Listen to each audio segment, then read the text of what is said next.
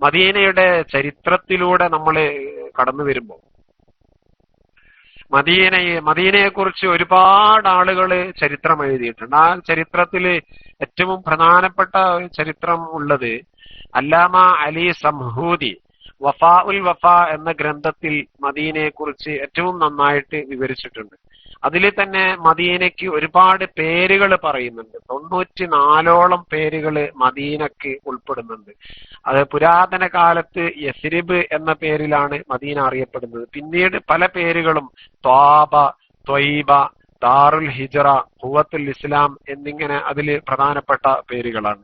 ഈ പേരുകളൊക്കെ മദീനയെ കുറിച്ച് പറയപ്പെടുന്ന പേരുകളാണ്. അത് മാത്രമല്ല, ഞാൻ ഇന്നലെ നമ്മൾ സൂചിപ്പിച്ചിരുന്നു, മദീന എന്ന പേരിൽ തന്നെ വല്ലാത്ത ഒരു സംഭവമുണ്ട്. ആ പേര് തന്നെ വല്ലാത്തൊരു അത്ഭുതമാണ്. കാരണം എങ്ങനെയാണ് ഒരു നാട്ടിന് മദീന എന്ന പേര് ഉണ്ടാവുക എന്നുള്ളത് നമ്മൾ ഇന്നലെ ചർച്ച ചെയ്ത വിഷയമാണ്. ഏതായാലും അങ്ങനെ ആവട്ടെ. ഈ ചരിത്രത്തിന്റെ താളുകളിലൊക്കെ പറയുന്നത് ക്രിസ്തുവിന്റെ ഈസാ നബി അലൈഹിസ്സലാം, അതാണല്ലോ ക്രിസ്തു വർഷം എന്നൊക്കെ പറഞ്ഞിട്ട് ഇവര് പറയുന്നത്. അപ്പൊ നമ്മളങ്ങനെ മനസ്സിലാക്കാൻ വേണ്ടി പറയാണ്, ക്രിസ്തുവിന്റെ 6 നൂറ്റാണ്ട് മുമ്പെങ്കിലും മദീനയിലെ പട്ടണം ഉണ്ടായതായിട്ടാണ് ചരിത്രം രേഖപ്പെടുത്തുന്നത്. ക്രിസ്തുവിന് 6 നൂറ്റാണ്ട് മുമ്പെങ്കിലും ഈ പട്ടണം ഉണ്ടായിരുന്നു. അത് മാത്രമല്ല, ക്രിസ്തുവിന് മുമ്പായിട്ട് BC 556 മുതൽ 539 കാലഘട്ടങ്ങളിൽ രചിച്ച ബാബിലോണിയയിലെ ക്യൂനിഫോം രേഖയായ നബോനിഡസ് ദിനവൃത്താന്തങ്ങളിൽ പറഞ്ഞ യസിരിബ് എന്ന പട്ടണം മദീനയെ കുറിച്ച് സൂചിപ്പിക്കുന്നതാണ് എന്ന് ചരിത്രത്തിലൊക്കെ പറയുന്നുണ്ട്. ക്രിസ്തുവർഷം 90 മുതൽ 168 കാലഘട്ടത്തിലെ ടോളമിയുടെ കാലത്ത് ഉള്ള യസിരിബ് എന്ന പട്ടണം അതും മദീനയാണ്. അപ്പോ ചുരുക്കി പറഞ്ഞാൽ ക്രിസ്തുവിന് മുമ്പായിട്ട് തന്നെ മദീന ഒരു സംഭവമായിട്ട് നിലനിൽക്കുന്നുണ്ട്. മദീനയുടെ പ്രധാനപ്പെട്ട താമസക്കാര് ആദ്യകാലത്ത് യസ്രിബിനെ സമ്പന്നമാക്കിയിരുന്നത് ഹിജാസിലേക്ക് കുടിയേറിയ ജൂതന്മാരായിരുന്നു. ഹിജാസ് എന്നതുകൊണ്ട് ഉദ്ദേശിക്കുന്നത് മക്ക, മദീന, ത്വായിഫ് തുടങ്ങിയ പ്രദേശമാണ് ഹിജാസ് ഉൾക്കൊള്ളുന്നത്. അപ്പൊ ഹിജാസിലേക്ക് കുടിയേറിയ ജൂതന്മാരുടെ ഏറ്റവും പ്രധാനപ്പെട്ട ഒരു താവളം ഈ പറഞ്ഞ അന്നത്തെ പേരിൽ അറിയപ്പെടുന്ന യസ്രിബ് ആയിരുന്നു. അപ്പോ അവര് കുടിയേറി വന്നത് തന്നെ റോമിൽ നിന്നാണ്. അന്നത്തെ രാജാവ് റോമക്കാരുടെ മർദ്ദനം, മതം സഹായം വഴി അറിയാതെ വന്നപ്പോ, റോമക്കാർ മുഴുവനും ക്രിസ്ത്യാനികളായിരുന്നല്ലോ. അവര് ബനു ഇസ്രായേലികളെ അല്ലെങ്കിൽ യഹൂദികളെ ജൂമാരാതിരിക്കും അവരെ മർദ്ദിച്ച് അവശരാക്കുകയും ചെയ്തപ്പോൾ അവരുടെ മർദ്ദനം സഹിക്കാതെ അവര് ഹിജാസിലേക്ക് കുടിയേറി പാർക്കുന്നു. അങ്ങനെ ജൂതന്മാരാണ് മദീനയിൽ ഏറ്റവും കൂടുതൽ മദീനയെ പഴയകാല യസ്രിബിനെ സമ്പന്നമാക്കിയത്. അവരിൽ നിന്നാണ് 3 ഗോത്രങ്ങൾ ഉണ്ടായിത്തീരുന്നത്. ബനു ഖൈനുഖാ, ബനു നളീർ, ബനു ഖുറൈള. ഇങ്ങനെ 3 ഗോത്രങ്ങളായിട്ടാണ് നമ്മൾ മദ്രസകളിൽ മദീനയുടെ ചരിത്രം പഠിക്കുമ്പോൾ ആദ്യം പറയപ്പെടുന്ന 3 പേരാണ് ബനു ഖൈനുഖാ, ബനു ഖുറൈള, ബനു നളീർ എന്നുള്ളത്. ഇത് മദീനയിലെ ജൂതന്മാരുടെ 3 ഗോത്രമായിരുന്നു. പിന്നീടാണ് അവര് അവിടെ താമസിച്ചു കൊണ്ടിരിക്കെയാണ് 4-ാം നൂറ്റാണ്ടിൽ യമനിൽ നിന്ന് ബനു ഔസ്, ബനു ഹസ്റജ് എന്നീ 2 ഗോത്രങ്ങൾ, അറബി ഗോത്രങ്ങൾ മദീനയിലേക്ക് താമസമുറപ്പിക്കുന്നത് 4-ാം നൂറ്റാണ്ടിലാണ്. AD 2-ാം നൂറ്റാണ്ടിൽ യഹൂദികൾ മദീനയിലേക്ക് കുടിയേറി. നമ്മൾ നേരത്തെ പറഞ്ഞതുപോലെ അവര് ഹിബ്രു ഭാഷ സംസാരിക്കുന്ന ആളായിരുന്നു. അബ്രാനികൾ എന്നാണ് അവർ ഹിബ്രു ഭാഷയിൽ അവരറിയപ്പെടുക. അബ്രാനികൾ. റോമക്കാരുടെ മർദ്ദനം സഹിക്ക വയ്യാതെയാണ് അവർ മദീനയിലേക്ക് കുടിയേറി വന്നത്. പിന്നെ മദീനയിലേക്ക് കുടിയേറിയതിനു ശേഷം പിന്നീട് അവര് വേഷത്തിലും അതേപോലെ നാഗരികതകളിലും സംസ്കാരങ്ങളിലും അറബികളെ പോലെ ആവുകയും അവരുടെയൊക്കെ പേരുകൾ അറബി പേരുമായിട്ട് ചേർത്ത് ഉച്ചരിക്കുകയും അറബികളുമായി വൈവാഹിക ബന്ധം ഉണ്ടാക്കുകയും പിന്നെ കച്ചവട കാര്യങ്ങളിലും മറ്റുമൊക്കെ അറബികളുമായി കൂടി സഹകരിക്കുകയും ഒക്കെ ചെയ്തു ഈ ജൂതന്മാര്. പക്ഷെ അവര് ഏറ്റവും കൂടുതൽ മുറുകെ പിടിച്ചൊരു കാര്യമുണ്ട്, അവരുടെ വംശീയത. ഈ ജൂതന്മാര് അന്നേ സ്വീകരിച്ചു പോകുന്ന ആ ഒരു ഒരു വർഗീയത അല്ലെങ്കിൽ വംശീയത അവര് കൈയൊഴിയാതെ ഈ പറഞ്ഞ രൂപത്തിലൊക്കെ അവരുമായിട്ട് താമസിപ്പിച്ചു. അങ്ങനെ ഈ പറഞ്ഞ 3 ഗോത്രങ്ങളിൽ ബനൂ ഖൈനുഖാ ഗോത്രം മദീനയുടെ ഉള്ളിലാണ് താമസിച്ചത്. അതായത് മറ്റ് 2 ഗോത്രങ്ങളും മദീനയുടെ പ്രാന്ത പ്രദേശങ്ങളിൽ താമസിക്കുകയും അവിടെ കച്ചവടം, കൃഷി എന്നിവയിൽ നിപുണരായി അവിടെയൊക്കെ വളരെ ഭംഗിയായിട്ട് കാലങ്ങളെ കഴിച്ചുകൂടുകയും ചെയ്തു.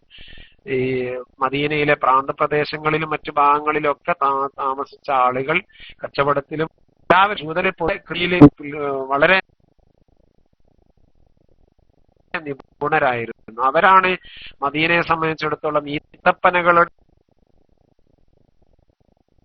നാട്ടിലേക്ക്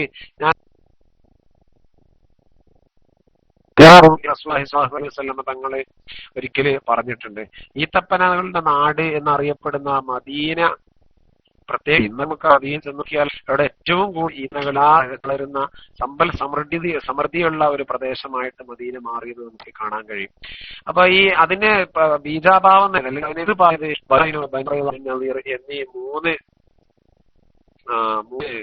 പുത്രരായിരുന്നു. അപ്പൊ അവര് പ്രധാനമായിട്ട് ചെയ്തിരുന്നത് കച്ചവടം ചെയ്യുക. അത് വസ്ത്രങ്ങള്, ധാന്യങ്ങള്, അതേപോലെ മദ്യം എന്നിവ. അതേക്കുറിച്ച് ചർച്ച ചെയ്യുന്ന സമയത്ത് മദീനയുടെ മദ്യപാനത്തെ കുറിച്ച് വളരെയധികം ചർച്ച ചെയ്യാറുണ്ട്. മദീനയിൽ കള്ളിന്റെ പുഴ തന്നെ ഒഴുകി എന്ന് ചരിത്രത്തിലൊക്കെ രേഖപ്പെടുത്തിയിട്ടുണ്ട്. അതിന് ഏറ്റവും പ്രധാനപ്പെട്ട ഒരു കാരണം ജൂതന്മാരുടെ ഈ മദ്യ ഇറക്കുമതിയാണ്. അവര് ഈത്തപ്പഴം നന്നായിട്ട് കയറ്റി അയക്കുകയും പിന്നെ മദീനയിലേക്ക് അല്ലെങ്കിൽ അന്നത്തെ യസ്രിബിലേക്ക് ധാന്യങ്ങളും വസ്ത്രങ്ങളും മറ്റും ഇറക്കുമതി ചെയ്യുകയും ചെയ്തു. അതിന്റെ ഇടയിലാണ് ഈ ഔസ്, ഖസ്റജ് എന്നീ 2 ഗോത്രങ്ങൾ ഇങ്ങോട്ടേക്ക് മദീനയിലേക്ക് കുടിയേറി വരുന്നത്. അതിന് പ്രത്യേകപ്പെട്ട കാരണം യമനിലായിരുന്നു ഈ 2 ഗോത്രങ്ങളുടെയും താവളങ്ങൾ. യമനിലെ അന്ന് അറബി ഗോത്രം കൂടുതൽ ഉണ്ടായിരുന്ന പ്രദേശമായിരുന്നു യമൻ ഭാഗങ്ങള്. യമനിലെ മആരിബ് എന്നറിയപ്പെടുന്ന അവിടുത്തെ വളരെ പ്രശസ്തമായ ഏറ്റവും വലിയ അവരുടെ ജലസംഭരണിയായ മആരിബ് അണക്കെട്ട് തകർന്നപ്പോ തീർച്ചയായും ആ ചുറ്റുഭാഗങ്ങളൊക്കെ നശിച്ചു. ഒരുപാട് ആളുകൾക്ക് അപകടം സംഭവിക്കുകയും ഒരുപാട് കൃഷിയും മറ്റുമൊക്കെ നശിച്ചപ്പോ അവർക്ക് അന്ന് കാഫിലകളായിട്ട് അവർ തിരിഞ്ഞ് അവർക്ക് താമസിക്കാൻ യോഗ്യമായ ഒരു പ്രദേശം കണ്ടെത്തി യമനിലെ ഈ ഔസ്, ഖസ്റജ് എന്നീ 2 ഗോത്രങ്ങള് സഞ്ചരിക്കുകയും അവര് മദീന കണ്ടെത്തുകയും മദീനയിൽ താമസമുറപ്പിക്കാൻ വേണ്ടി തയ്യാറാവുകയും ചെയ്തു. പക്ഷെ അവര് വരുമ്പോ ധാരാളം അറബി ഗോത്രങ്ങൾ മദീനയിൽ ഉണ്ടായിരുന്നു. അതായത് ധാരാളം അറബി ഗോത്രങ്ങൾ എന്ന് പറഞ്ഞാൽ ജൂതന്മാരിൽ നിന്നും മറ്റുമൊക്കെ വിഘടിച്ചും ചെറിയ ചെറിയ ഗോത്രങ്ങളും മറ്റുമൊക്കെ ആയിട്ട് ഓരോ പ്രദേശങ്ങളിൽ അവര് താമസിച്ചിരുന്ന ആ ഒരു രൂപത്തിലായിരുന്നു മദീനയിലെ അന്നത്തെ താമസം ഉണ്ടായിരുന്നത്. ഔസ്, ഖസ്റജ് ഗോത്രം മദീനയിലേക്ക് വന്നപ്പോൾ തീർച്ചയായും അന്നത്തെ ജൂതന്മാർ അവര് മദീനയിലേക്ക് അടുക്കാൻ വേണ്ടി സമ്മതിച്ചില്ല. മദീനയിൽ പ്രവേശിക്കാൻ അവർ അനുവാദം കൊടുത്തില്ല എന്ന് മാത്രമല്ല, അവരെ അടിച്ചോടിക്കുകയും അവരെ ആക്രമിക്കുകയും പരമാവധി മദീനയിൽ നിന്ന് തുരത്തി ഓടിക്കാനുള്ള സംവിധാനങ്ങളൊക്കെ അവർ കാണുകയും ചെയ്തു. ഈ ഒരു സാഹചര്യത്തില് അന്നത്തെ സിറിയയിൽ അല്ലെങ്കിൽ ഷാമിൽ ഈ ഔസ് ഗോത്രം ഒരു രാജവംശം ഉണ്ടാക്കിയതായിട്ട് ചരിത്രം രേഖപ്പെടുത്തുന്നുണ്ട്. ഔസ് ഗോത്രം ഒരു രാജവംശം ഉണ്ടാക്കി, അറബി രാജവംശം ഉണ്ടാക്കി. അവര് ആ നാട്ടില് വളരെ ശക്തരായി തീരുകയും ഈ മദീനയിൽ കച്ചവടത്തിനോ മദീനയിൽ താമസത്തിനോ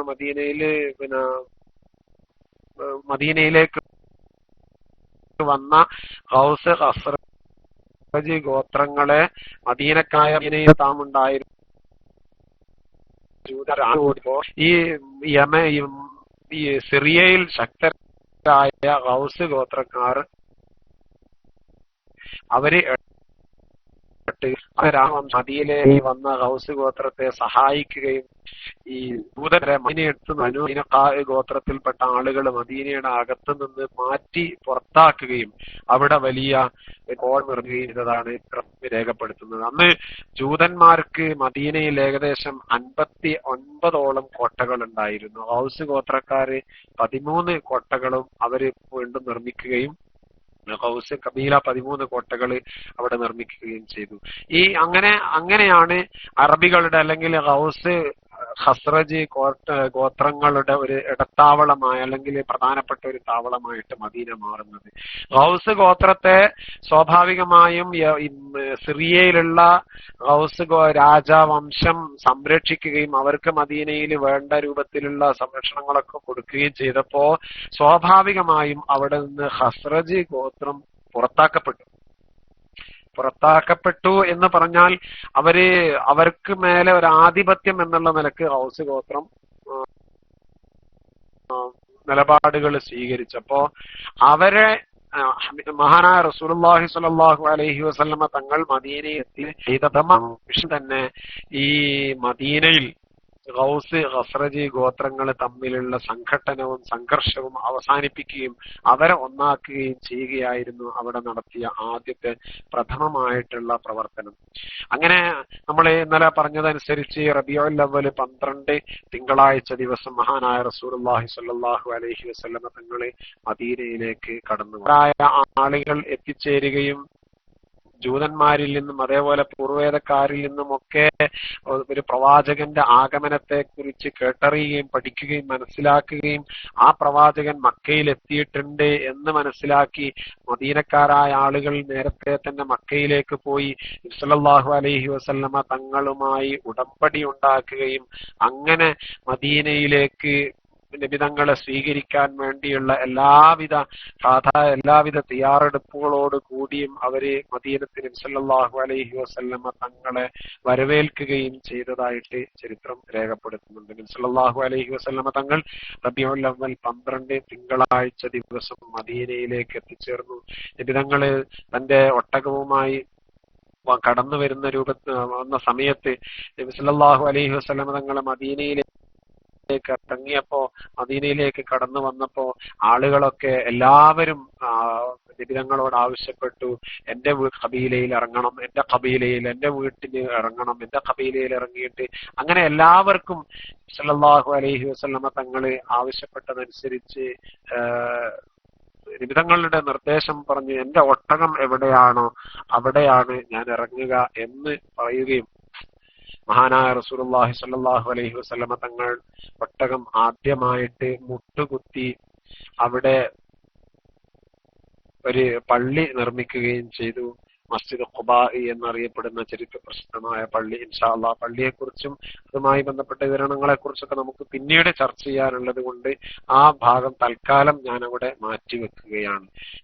അങ്ങനെ നബി സല്ലല്ലാഹു അലൈഹി വസല്ലമ തങ്ങൾ പിന്നീട് മദീനയുടെ അധികാരം അല്ലെങ്കിൽ മദീനയിൽ സ്ഥിര താമസമാക്കുകയും മദീനയെ വേണ്ട രൂപത്തിൽ പരിപോഷിപ്പിക്കുകയും ചെയ്തു. പിന്നീട് നമ്മൾ ചരിത്രം നേരെ നിബിതങ്ങളുടെ കാലഘട്ടത്തിന് ശേഷം ഉള്ള ചരിത്രപരമായിട്ടുള്ള വസ്തുതകൾ ഇൻഷാ അല്ലാഹ് ഞാൻ ഇവിടെ 1-2 കാര്യങ്ങൾ പറയുകയാണ്. കാരണം അതിന് ശേഷം നബിതങ്ങളുടെ ആ കാലഘട്ടത്തിൽ മദീനയ്ക്ക് ഒരുപാട് പ്രത്യേകതകളും ഒരുപാട് ശ്രേഷ്ഠതകളും ഒക്കെ നമുക്ക് വർണ്ണിക്കാനും മറ്റുമൊക്കെ പറയാനുണ്ട്. നിബിതങ്ങള് നിർമ്മിച്ച വീട്, നിബിതങ്ങള് നിർമ്മിച്ച പള്ളി, അതേപോലെ നിബിതങ്ങൾക്കുണ്ടായിരുന്ന വീടിന്റെ രൂപവും മറ്റുമൊക്കെ ഇൻഷാ അല്ലാഹ് നമുക്ക് അവസരോചിതമായി സാന്ദർഭികമായിട്ട് കിട്ടുന്ന അവസരം ഉപയോഗപ്പെടുത്തിയിട്ട് നമുക്ക് അതിനെപ്പറ്റി പറയാം.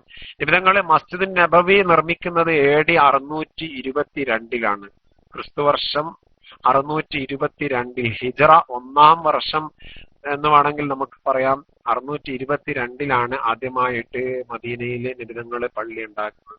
ആ പള്ളിക്ക് തറക്കല്ലിട്ടുകൊണ്ട് അല്ലെങ്കിൽ ആ പള്ളി സഹ്ല് സുഹൈല് എന്നീ 2 അനാഥ കുട്ടികളുടെ സ്ഥലമായിരുന്നു ഈ പറഞ്ഞ ഇന്ന് മസ്ജിദ് നബവി അല്ലെങ്കിൽ നബി സല്ലല്ലാഹു അലൈഹി വസല്ലമ തങ്ങൾ ഉണ്ടാക്കിയ പള്ളി ഉള്ള സ്ഥലം. 2 യതീംകുട്ടികളുടെ സ്ഥലമായിരുന്നു. അവരത് ഹിബത്തായിട്ട് കൊടുക്കാൻ തയ്യാറായെങ്കിലും അവരുടെ അനാഥ കുട്ടികളുടെ സ്ഥലമായതുകൊണ്ട് 10 ദീനാർ കൊടുത്തുകൊണ്ടാണ് നബി സല്ലല്ലാഹു അലൈഹി വസല്ലമ തങ്ങള് ആ സ്ഥലം വിലക്ക് വാങ്ങിയത്. അവിടെ ഒരു പള്ളി നിർമ്മിച്ചു 622. അന്ന് മണ്ണും മരവും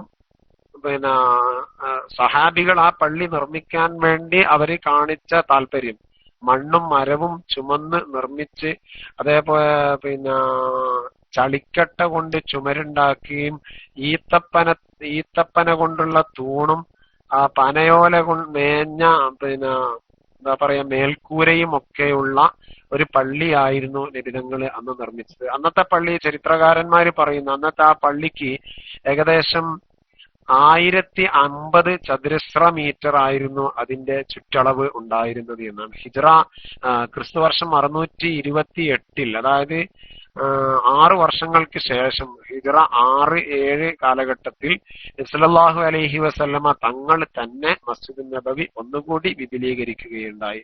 അപ്പോൾ അതിന്റെ വിസ്താരം 2500ഓളം ചതുരശ്ര അടിയായി നീക്കി. പിന്നീട് മസ്ജിദ് നബവി വിശാലമാക്കുന്നത് മഹാനായ ഉമർ ഇബ്നുൽ ഖത്താബ് റളിയല്ലാഹു അൻഹുവിന്റെ ഭരണകാലത്താണ്. ഉമർ റളിയല്ലാഹു അൻഹുവിന്റെ ഭരണപരിഷ്കാരങ്ങളിൽ ഏറ്റവും പ്രധാനപ്പെട്ട ഭരണപരിഷ്കാരമായിട്ട് നമ്മൾ മദ്രസകളിലൊക്കെ പഠിക്കുന്ന ഒരു കാര്യം തന്നെ മസ്ജിദ് നബവിയും മസ്ജിദുൽ ഹറാമും മസ്ജിദ് നബവിയും വിശാലമാക്കി എന്നുള്ളതാണ്. ഉമർ റളിയല്ലാഹു അൻഹു ഹിജ്റ ക്രിസ്തുവർഷം 638 മസ്ജിദ് നബവി വിശാലമാക്കിയിട്ട് 4200 ചതുരശ്ര അടി എന്നുള്ള നിലക്ക് വലിയ വിശാലമാക്കുന്നത്. അതിനുശേഷം പിന്നീട് ഉസ്മാൻ റളിയല്ലാഹു അൻഹു ഭരണകാലഘട്ടത്തിൽ ഒന്നുകൂടി വിശാലമാക്കി. പിന്നീട് മസ്ജിദ് നബവിക്ക് വളരെ മനോഹരമായ രൂപത്തിൽ, ആകർഷണീയമായ രൂപത്തിൽ Waleed bin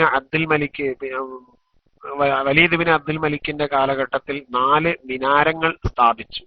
Khalifa Mahdi al അബ്ബാസി ഭരണകൂടത്തിലെ ഖലീഫ, അദ്ദേഹത്തിന്റെ കാരണത്തിൽ പിന്നീട് ഉമർ റളിയല്ലാഹു അൻഹും ഉസ്മാൻ റളിയല്ലാഹു അൻഹും വിശാലമാക്കിയ പള്ളിയുടെ കൂടെ 2370ഓളം ചതുരശ്ര മീറ്റർ കൂടി വികസിപ്പിച്ചിട്ട് പള്ളി ഒന്നുകൂടി വിശാലമാക്കി.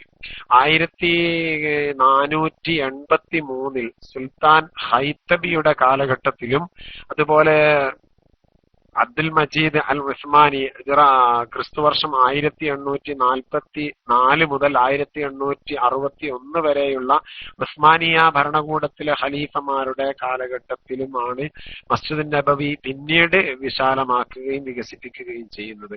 അതിനുശേഷം സൗദി അറേബ്യയുടെ ഭരണാധികാരിയായ ബഹുമാനപ്പെട്ട അസീസ് രാജാവ് 16,500ഓളം ചതുരശ്ര മീറ്റർ മസ്ജിദ് നബവി വിശാലമാക്കുകയും പള്ളി വളരെ മനോഹരമായിട്ട് അലങ്കരിക്കുകയും ചെയ്തു. ഇന്ന് കാണുന്ന രൂപത്തിൽ മസ്ജിദ് നബവി വിശാലമാക്കി, നമ്മൾ ഇന്ന് അവിടെ കാണുന്ന രൂപത്തിൽ മസ്ജിദ് നബവി വിശാലമാക്കിയത് ഹാദിമുൽ ഹറമൈൻ ഷരീഫൈനി എന്ന പേരിൽ അറിയപ്പെടുന്ന സൗദി അറേബ്യയുടെ ഏറ്റവും സമർത്ഥനായ ഭരണാധികാരി, ഹിജ്റ ക്രിസ്തുവർഷം 1984 മുതൽ 94 വരെയുള്ള കാലഘട്ടങ്ങളിൽ ബഹുമാനപ്പെട്ട ഫഹദ് ബിൻ അബ്ദുൽ അസീസ് രാജാവിന്റെ കാലഘട്ടത്തിലാണ് മസ്ജിദ് നബവി ഇന്ന് കാണുന്ന രൂപത്തിൽ വളരെ മനോഹരമായിട്ട് വിശാലമാക്കിയത്.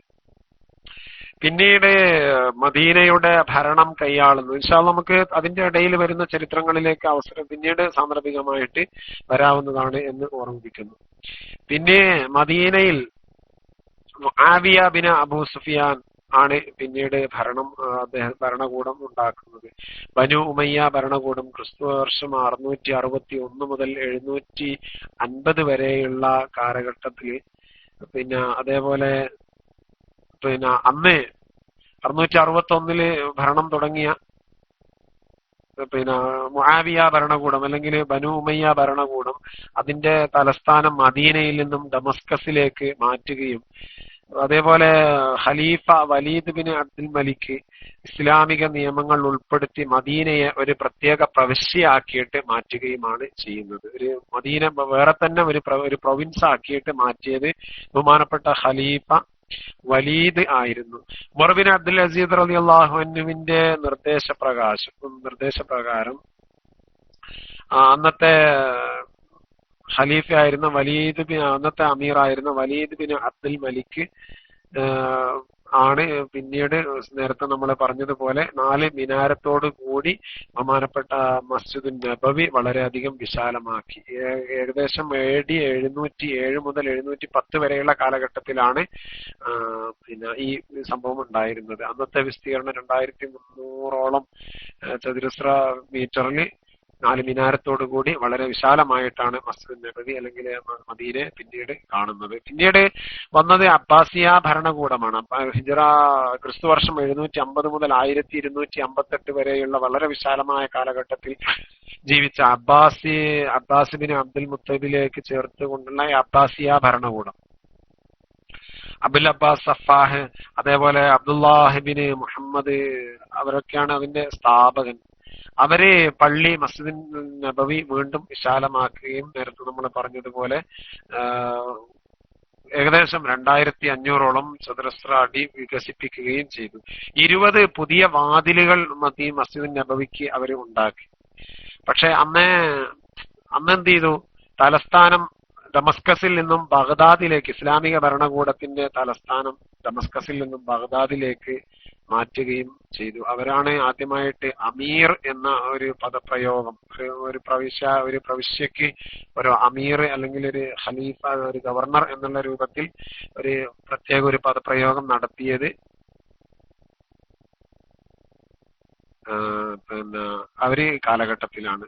പിന്നീട് ഇസ്ലാമിക ഭരണം നടക്കുന്നത് 10ാം നൂറ്റാണ്ടിന് ശേഷം കൈറോ ആസ്ഥാനമായിട്ട് ഫാത്തിമിയ ഭരണകൂടമാണ് പിന്നീട് മദീനയുടെ സംരക്ഷണം ഏറ്റെടുക്കുന്നത്. മക്കയും മദീനയും അതേപോലെ അവരുടെ കീഴിലായിട്ട് നടക്കുകയും ഒരുപാട് വിദ്യാഭ്യാസപരമായ നവീനമായ പ്രവർത്തനങ്ങൾ അവര് നടത്തുകയും ചെയ്തിട്ടുണ്ട്. പിന്നീട് മദീനയുടെ ഭരണം ലഭിക്കുന്നത് മംലൂക്കികൾക്കാണ്. അതായത് അടിമകൾ ചേർന്ന് രൂപീകരിച്ച ഒരു പഠനം. അവരുടെ ഇസ്ലാമിക ഭരണത്തിന്റെ കീഴിലായിട്ട് തന്നെയാണ് മക്കയും മദീനയും പിന്നീട് ആ സമയത്തൊക്കെ വരുന്നത്. പിന്നീട് വരുന്നത് അത് മംലൂക്കികൾക്ക് ശേഷം ഒട്ടോമൻ ഭരണകൂടമാണ്. ഏഷ്യ മൈനർ ആസ്ഥാനമാക്കിയിട്ടുള്ള ക്രിസ്തുവർഷം 1517 മുതൽ 1917 വരെ ഒട്ടോമൻ ഭരണകൂടം എന്ന് പറഞ്ഞാൽ പിന്നെ ഈ തുർക്കികൾ അടിസ്ഥാനമാക്കി ഇസ്താംബുൾ ക്യാപിറ്റലാക്കിയിട്ടുള്ള ഒരു ഭരണകൂടമാണ് ഒട്ടോമൻ ഭരണകൂടം. അതാണ് പിന്നീട് മദീനയുടെ അധികാരത്തിലാക്കിയിട്ട്, അതായത് ഈ സൗദികളുടെ കയ്യിൽ കിട്ടുന്നത് വരെ ഭരണകൂടം, പിന്നീട് മക്ക മദീന തുടങ്ങിയ പ്രദേശങ്ങളൊക്കെ പൂർണ്ണമായിട്ടും ഈ ഒട്ടോമൻ ഭരണകൂടത്തിന്റെ കീഴിലാണ്. അവരുടെ ക്യാപിറ്റൽ തലസ്ഥാനം ഉണ്ടായിരുന്നത് ഇസ്താംബൂൾ ആയിരുന്നു. അവര് മദീനയ്ക്ക് ഒരുപാട് പുരോഗമന പ്രവർത്തനങ്ങളൊക്കെ അവര് നടത്തിയിരുന്നു. പഴയ കിണറുകളൊക്കെ വൃത്തിയാക്കുകയും കനാൽ വഴി വെള്ളം എത്തിക്കുകയും അതുപോലെ സിറിയയിൽ നിന്നും ഡമസ്കസിൽ നിന്നും ഹിജാസ് റെയിൽവേ എന്ന ഒരു റെയിൽവേ ലൈനൊക്കെ സ്ഥാപിക്കുകയും ചെയ്തു. ഇന്നും മദീനയിലും അതേപോലെ മദായിൻ സാലിഹിലൊക്കെ പോയാൽ പഴയകാല റെയിൽവേ ലൈനിന്റെ, മദീനയിലെ പഴയകാല റെയിൽവേ സ്റ്റേഷനും അതേപോലെ മദായിൻ സാലിഹിലെ പഴയകാല റെയിൽവേയുടെ തീവണ്ടിയുടെ ഒക്കെ രൂപങ്ങളൊക്കെ അവിടെ നമുക്ക് കാണാൻ കഴിയുകയും ചെയ്യും. പിന്നീടാണ് മദീനയുടെ അധികാരം സൗദികൾക്ക് കിട്ടുന്നത്. 1926 നമ്മളത് മക്കയുടെ ചരിത്രം പറയുന്ന കൂട്ടത്തിൽ പറഞ്ഞിരുന്നു. ഈ തുർക്കികളിൽ നിന്നായിരുന്നു മദീനയുടെ അധികാരം, മക്കയുടെ ഹിജാസിന്റെ അധികാരം പൂർണ്ണമായും 2ാം ലോക മഹായുദ്ധ കാലഘട്ടത്തിന് ശേഷമാണ് സൗദികൾക്ക് മദീനയുടെയും അധികാരം കിട്ടുന്നത്. 1926 നജ്ദ് മേഖലയുടെ രാജാവ് ബഹുമാനപ്പെട്ട അബ്ദുൽ അസീസ് ബിൻ സൗദ് രാജാവ് റിയാദ് ആസ്ഥാനമാക്കി 1932 ആധുനിക സൗദി അറേബ്യ രൂപീകരിക്കുകയും, അതായത് ഹിജ്റ വർഷം 1342 മദീനയുടെ ഗവർണറായിട്ട് ബഹുമാനപ്പെട്ട അമീർ മുഹമ്മദ് ബിൻ അബ്ദുൽ അസീസ് ഗവർണറായിട്ട് രൂപപ്പെടുകയും ചെയ്തു. ആ സമയത്ത് നമുക്കറിയാം ഈ നാടോട് മദീനയും മക്കയും ഒക്കെ തീർത്ഥാടകരുടെ പിൽഗ്രിംസിന്റെ ഒരു പ്രദേശമായിരുന്നു.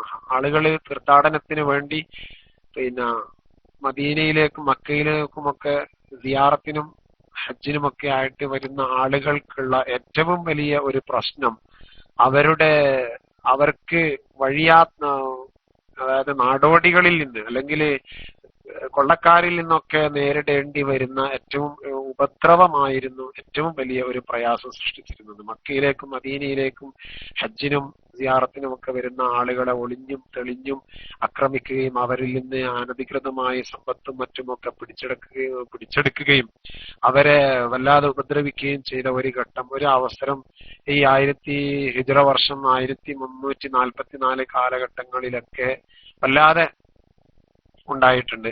അവരെ കണ്ടെത്തി. ഈ ഗവർണർമാര് മദീനയിലെ മുഹമ്മദ് ബിൻ അബ്ദുൽ അസീസ് ചെയ്ത ഏറ്റവും വലിയ നല്ലൊരു പ്രവൃത്തി, അത്തരം ആളുകളെ കണ്ടെത്തുകയും അവരെ അവർക്ക് ധനസഹായം നൽകിയിട്ട് ഈ അക്രമത്തിൽ നിന്ന് അവരെ പിന്മാറ്റുന്ന ഒരു നയമാണ് അദ്ദേഹം വളരെ സമർത്ഥമായിട്ട് കൈകാര്യം ചെയ്തത്. ഇത്തരം ആളുകൾക്ക് എതിരായിട്ട് ഉസ്മാനിയ ഭരണകൂടത്തിന്റെ കാലത്ത് ഒരുപാട് പോലീസ് സ്റ്റേഷൻ തന്നെ സ്ഥാപിച്ചിരുന്നു. അത്തരം പോലീസ് സ്റ്റേഷനുകളിൽ ഈ മുഹമ്മദ് ബിൻ അബ്ദുൽ അസീസ് ചെയ്ത ഏറ്റവും നല്ല ഒരു നയപരമായ ഒരു തീരുമാനം എന്നുള്ളത്, ഈ പോലീസ് സ്റ്റേഷനുകളിൽ അത്തരം നാടോടികളായ ആളുകളെ തന്നെ പാറാവിന് വേണ്ടി മറ്റുമൊക്കെ നിയോഗിക്കുകയും വളരെ സമർത്ഥമായിട്ട് അക്രമികളെ കൊണ്ട് തന്നെ അക്രമം അമർച്ച ചെയ്യാനുള്ള ഒരു പദ്ധതി അദ്ദേഹം കണ്ടെത്തുകയും ചെയ്യുകയും അതിനുശേഷം വളരെ സമാധാനമായിട്ട് സന്തോഷത്തോടു കൂടി ഹാജിമാർക്കൊക്കെ മദീനയിലും മക്കയിലുമൊക്കെ വരാനുള്ള അവസരം സൃഷ്ടിക്കുകയുമാണ് ഈ സൗദിയുടെ അധികാര ലബ്ധിക്ക് ശേഷം ചെയ്ത ഏറ്റവും നല്ല ഒരു വഴി.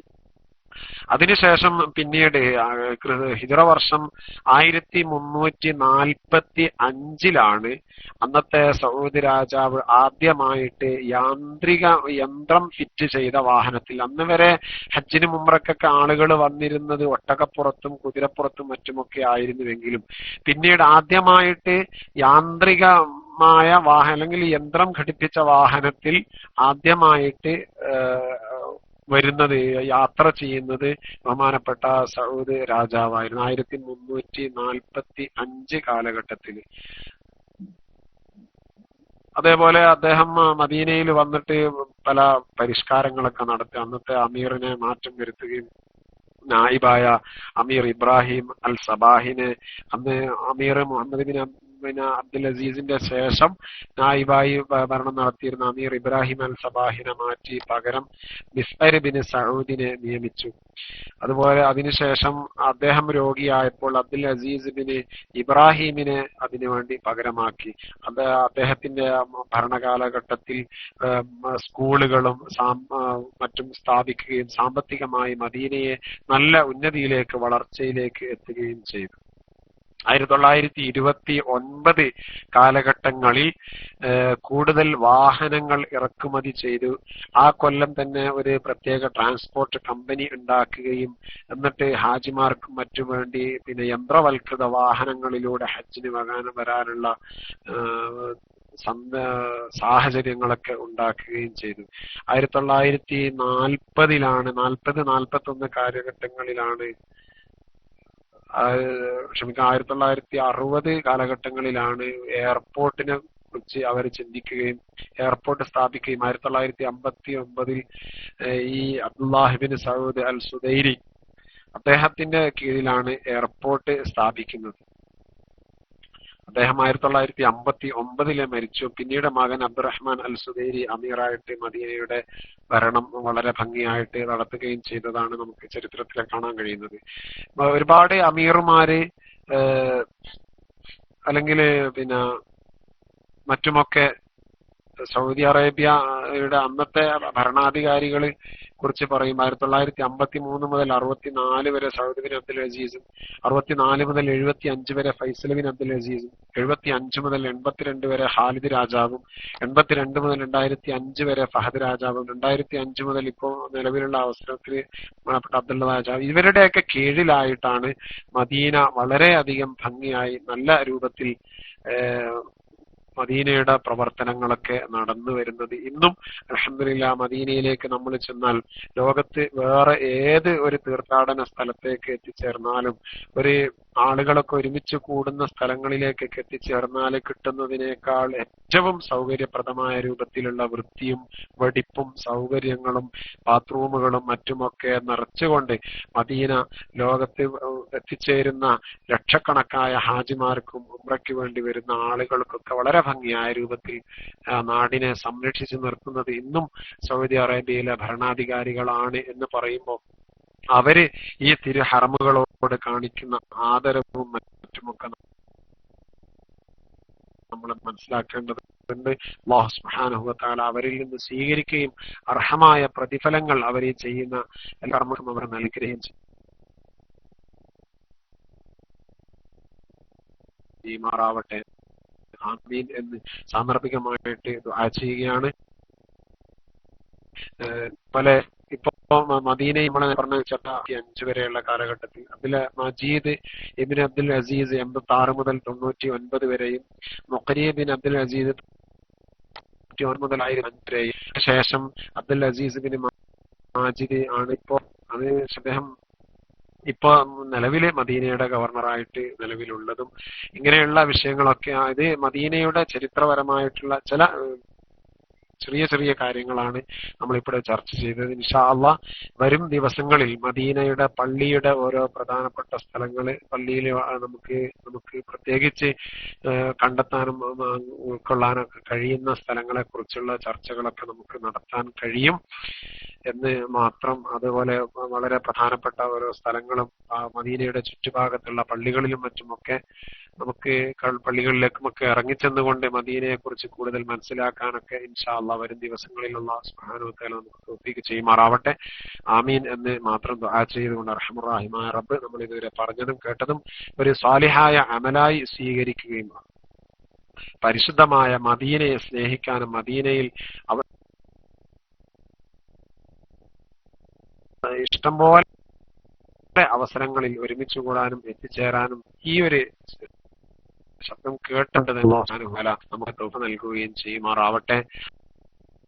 അമീൻ. കൊണ്ട് ഞാൻ സംഭവിച്ചു പോയിട്ടുണ്ടെങ്കിൽ തീർച്ചയായും എന്റെ ശ്രോതാക്കൾ ഇത് തിരുത്തി തരണം. ഏത് തിരുത്തലും അംഗീകരിക്കാൻ ഞാൻ തയ്യാറാണ് എന്ന് മാത്രം ബോധിപ്പിച്ചുകൊണ്ട് നിങ്ങളുടെയൊക്കെ ദുആകളിൽ ഈ വിനീതനെയും ഉൾപ്പെടുത്തുക. റഹ്മാനായ റബ്ബ് റസൂലുള്ളാഹിന്റെ ഖബർ സിയാറത്ത് ചെയ്ത് പ്രതിഫലം നേടിയെടുക്കുന്ന മുഅ്മിനീങ്ങളിൽ നമ്മളെയൊക്കെ ഉൾപ്പെടുത്തി അനുഗ്രഹിക്കുമാറാവട്ടെ. വആഖിറു ദഅവാന അനിൽ ഹംദുലില്ലാഹി റബ്ബിൽ ആലമീൻ. അസ്സലാമു അലൈക്കും വറഹ്മത്തുള്ളാഹി വബറകാതുഹു.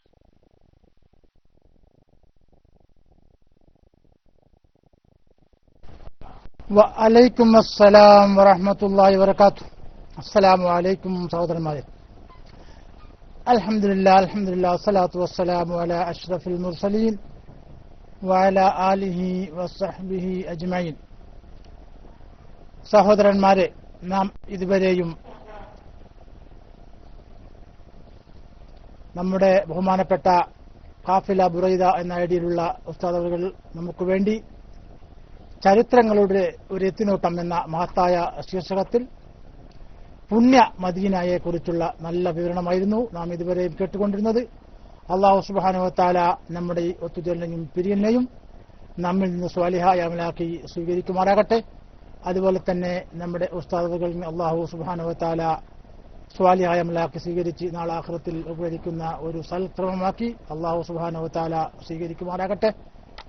അതുപോലെ തന്നെ അല്ലാഹു സുബ്ഹാനഹു വ തആല നമ്മുടെ ഉസ്താദുകൾക്ക് ആഫിയത്തോടെയുള്ള ദീർഘായുസ് പ്രദാനം ചെയ്യുമാറാകട്ടെ. നാം ചെലവഴിച്ച ഓരോ നിമിഷത്തിനും അല്ലാഹു സുബ്ഹാനഹു വ തആല അർഹമായ പ്രതിഫലം നൽകി നമ്മെ എല്ലാവരെയും അനുഗ്രഹിക്കുമാറാകട്ടെ. നമ്മുടെ ബഹുമാനപ്പെട്ട ഉസ്താദുകൾക്ക് ഈ KSER ക്ലാസ് റൂമിന്റെ നന്ദിയും കടപ്പാടും അറിയിക്കുകയാണ്. ഇൻഷാ അല്ലാഹ് വരും ദിവസങ്ങളിലും നമ്മുടെ ഈ പരിപാടി ഉണ്ടാകും. അല്ലാഹു സുബ്ഹാനഹു വ തആല നമുക്ക് ഈ പരിപാടി എത്തിച്ചിരുന്ന ഉസ്താദുകൾക്ക് നല്ല ആഫിയത്തോടെയുള്ള ദീർഘായുസ് പ്രദാനം ചെയ്യുമാറാകട്ടെ. തക്കതായ പ്രതിഫലവും നൽകുമാറാകട്ടെ എന്ന് ആത്മാർത്ഥമായി പ്രാർത്ഥിക്കുകയാണ്. സഹോദരന്മാരെ, നമുക്ക് ഇന്ന് നാട്ടിൽ നിന്ന് നല്ല ആദർശ സമ്മേളനത്തിന്റെ ലൈവ് വരാൻ ഇരിക്കുന്നുണ്ട്. ഏതാനും സമയങ്ങൾ കഴിഞ്ഞാൽ നാട്ടിൽ നിന്നുള്ള നല്ല ലൈവ് ഉണ്ടാകും. എല്ലാവരും ക്ലാസ് റൂമിൽ സജീവമാകുക. അല്ലാഹു സുബ്ഹാനഹു വ തആല നമ്മുടെ ഈ കൂട്ടായ്മയെ അവൻ തൃപ്തിപ്പെട്ട രൂപത്തിൽ നമ്മിൽ നിന്ന് സ്വീകരിക്കുമാറാകട്ടെ. അതുപോലെ തന്നെ അതിനുശേഷം നമ്മുടെ ഈ ക്ലാസ്സിന് ശേഷം ഇൻഷാ അല്ലാഹ് നമ്മുടെ ഖുർആൻ പഠന പരിശീലന ക്ലാസ് ഉണ്ടാകും.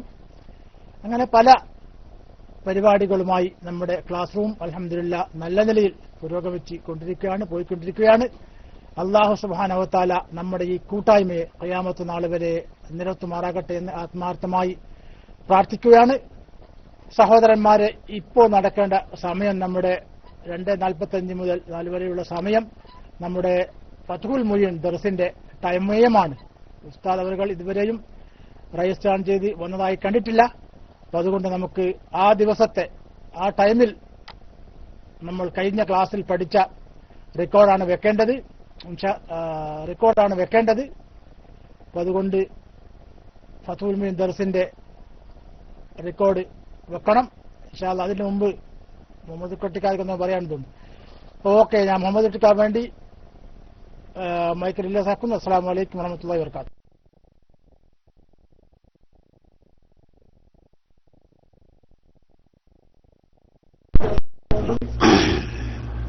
മൈക്ക് റിലീസ് ആക്കുന്നു. അസ്സലാമു അലൈക്കും വറഹ്മത്തുള്ളാഹി വബറകാതുഹു.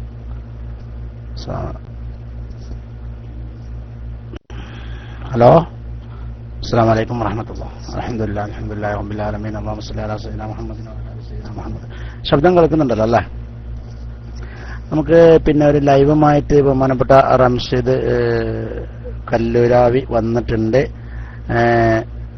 പാണക്കാട് തങ്ങൾ പങ്കെടുക്കുന്ന കാഞ്ഞങ്ങാട് നിന്നുള്ള കാസി സ്ഥാനാഹരണം എന്നൊരു പ്രോഗ്രാമാണ് അവിടെ നടന്നുകൊണ്ടിരിക്കുന്നത്. ലൈവിന് വേണ്ടി ബഹുമാനപ്പെട്ട റംഷീദ് വന്നിട്ടുണ്ട്. ലൈവ് ബഹുമാനപ്പെട്ട ഉസ്താദിന്റെ KP താരിമി ഉസ്താദിന്റെ ഫത്ഹുൽ മുഈൻ ക്ലാസിന്റെ സമയമാണ്. ഉസ്താദിനെ കാണുന്നില്ല എന്നുള്ളത് കൊണ്ട് നമുക്ക് തൽക്കാലം ഈ ലൈവ് കൊടുക്കാം ഇപ്പോൾ എന്ന് തോന്നുന്നു. പക്ഷെ അത് റംഷീദ് കേൾക്കുന്നുണ്ടല്ലോ അല്ലേ?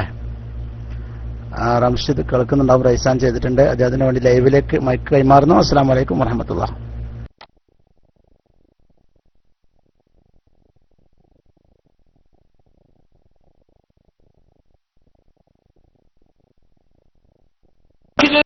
നീ വിധി പറഞ്ഞു പോകരുത്. രണ്ടാമത്തെ ആളെ വാക്ക് കേൾക്കണം. എന്തർത്ഥം? വാദിയുടെ വിധി കേട്ടിട്ട് നീ വിധി പറയരുത്.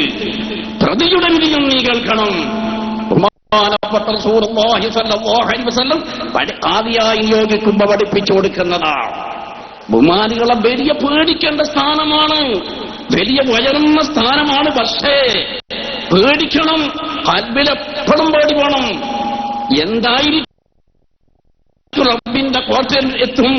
റബ്ബിന്റെ കോടതിയിലെത്തിയ ഒറ്റാളും രക്ഷപ്പെടണമെങ്കിൽ എന്ത് വേണം? ഹക്ക് പോലെ നീങ്ങണമല്ലോ. കേട്ടില്ലേ നിങ്ങൾ? 3 ഖാദിമാരെ സംബന്ധിച്ച് ഒരു ഖാദി സത്യം മനസ്സിലാക്കി, എന്തും കുശലില്ലാതെ സത്യം മനസ്സിലാക്കുകയും അപ്രകാരം വിധിക്കുകയും ചെയ്ത ഖാദി അയാൾ സ്വർഗത്തിൽ തന്നെയാണ്. അയാൾ സത്യം മനസ്സിലാക്കി, പക്ഷേ അതുപോലെ വിധിച്ചില്ല. അയാൾ നരകത്തില.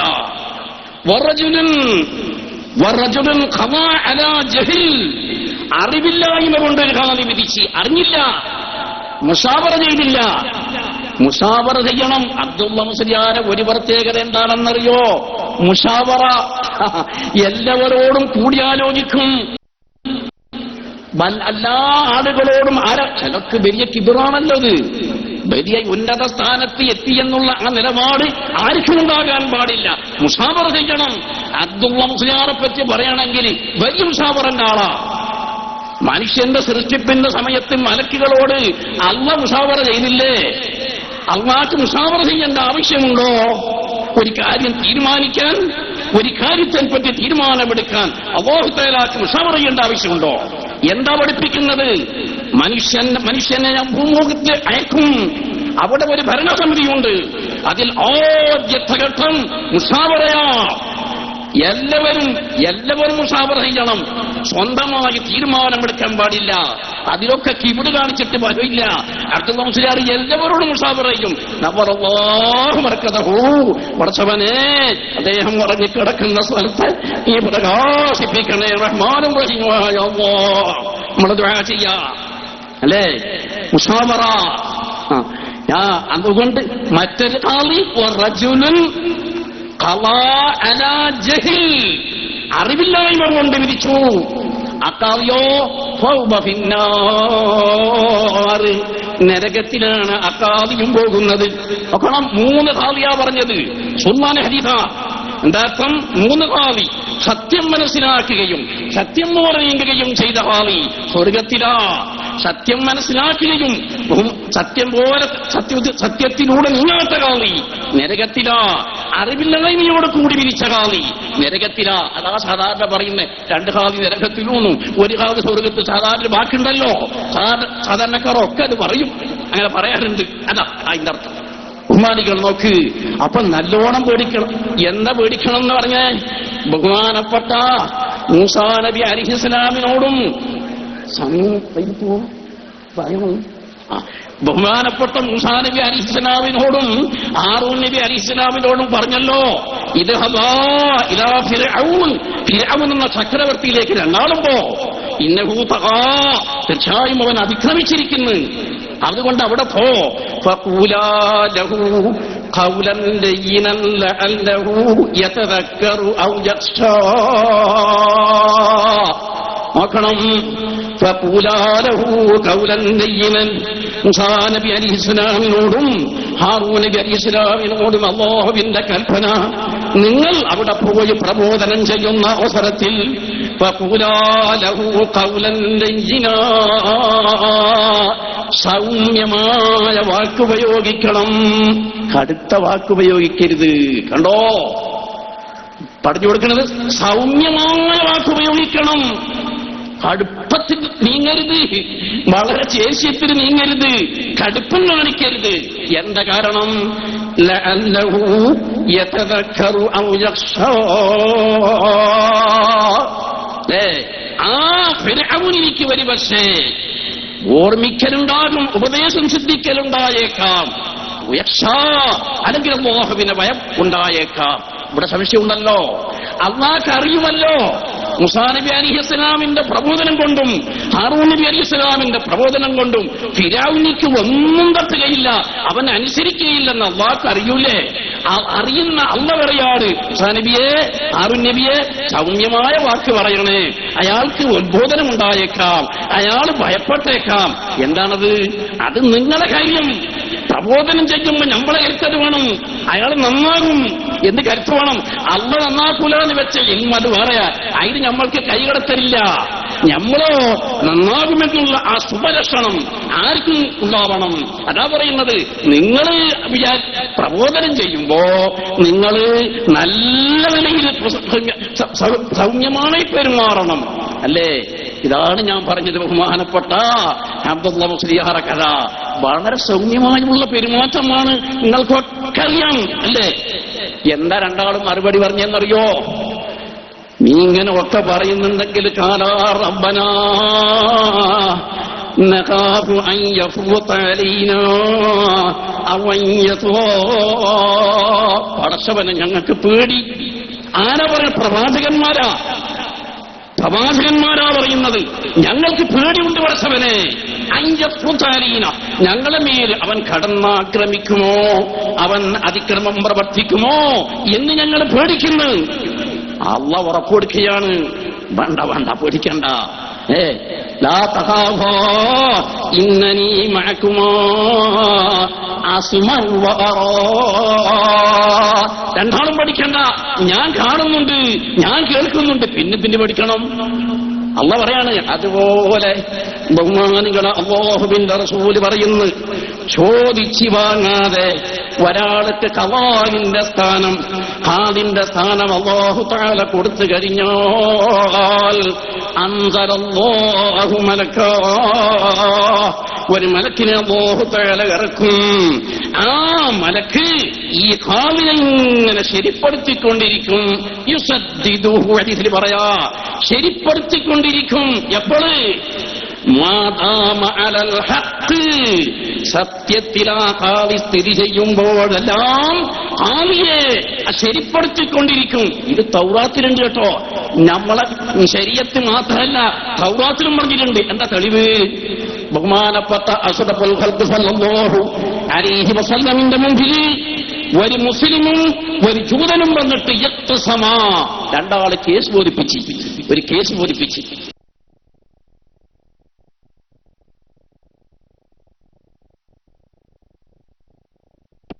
അസ്സലാമു അലൈക്കും വറഹ്മത്തുള്ളാഹി വബറകാതുഹു. റംഷി സഹോദര, നിങ്ങളെ മൈക്ക് പോയിട്ടുണ്ട്. ലൈവ് കൊടുക്കുന്ന റംഷി സഹോദരന്റെ മൈക്ക് പോയിട്ടുണ്ട്.